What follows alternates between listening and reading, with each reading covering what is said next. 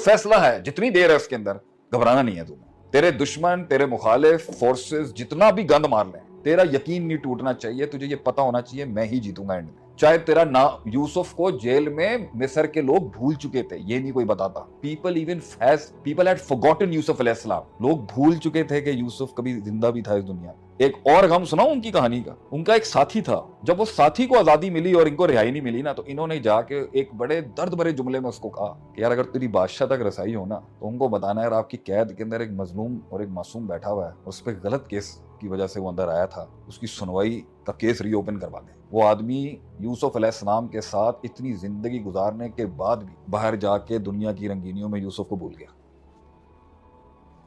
हाय, क्या एंगल है यार कुरान के। तुझे भी एक दिन लोग भूल जाएंगे पुत्र, याद रखिए। अगर यूसुफ जैसे हसीन इंसान को, जो आधी दुनिया का हुस्न जिसमें था, उस हस्ती को